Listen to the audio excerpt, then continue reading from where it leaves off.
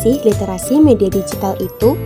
Literasi media adalah kemampuan seseorang untuk memahami, menganalisis, dan menggunakan informasi dari media dengan bijak. Hampir semua orang mendapatkan informasi dari internet dan media sosial.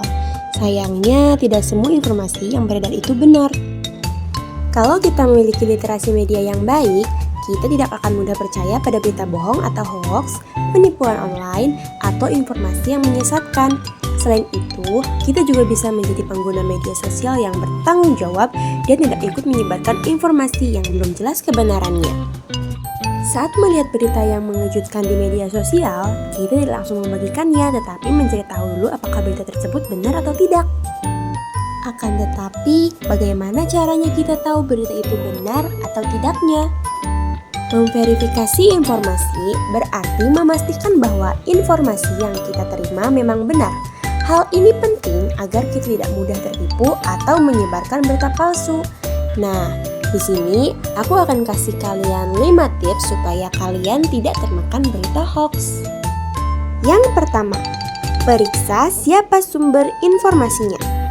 Tentu saja kita harus melihat dulu nih informasi tersebut dibagikan oleh siapa. Apakah itu akun yang terpercaya, orang terpercaya, atau majalah yang terpercaya? Yang kedua, bandingkan dengan berita dari media lain yang terpercaya. Nah, kita bisa lihat dulu nih, kita lihat dulu ke akun-akun yang memang sudah sepantasnya untuk menyebarkan berita-berita seperti Tempo, atau Liputan, dan lain-lain. Nah, yang ketiga, lihat tanggal publikasinya. Karena bisa jadi berita lama dibagikan kembali. Ini sering banget terjadi teman-teman, apalagi di media sosial.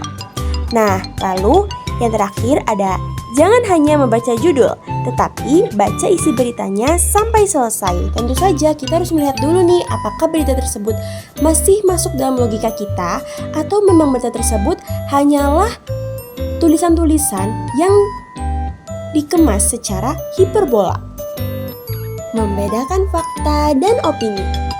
Fakta adalah informasi yang benar dan dapat dibuktikan dengan data atau bukti.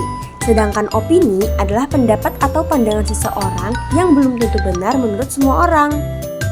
Nah, mari lihat kedua perbedaan ini. Yang pertama, contoh fakta. Indonesia merdeka pada tanggal 17 Agustus 1945.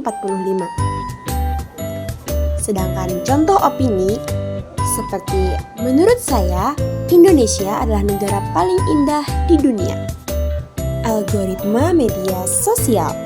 Algoritma media sosial adalah sistem yang mengatur konten apa saja yang muncul di beranda kita.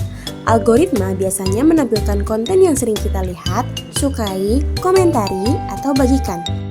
Etika bermedia digital.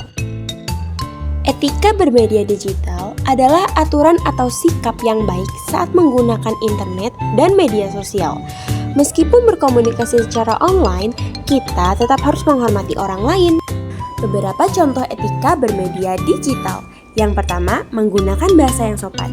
Saat kita berkomentar ataupun membuat konten, tentu saja kita harus menggunakan bahasa yang sopan. Yang kedua, tidak menyebarkan hoax.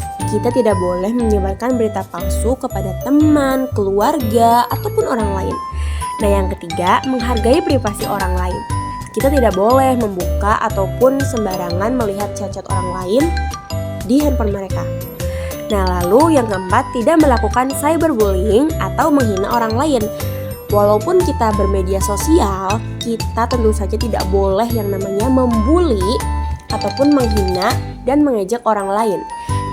Dan yang terakhir, memikirkan dampak sebelum mengunggah atau membagikan sesuatu. Kalau bahasa kerennya sih, saring sebelum sharing. Nah, bagaimana? Kalian udah paham apa belum?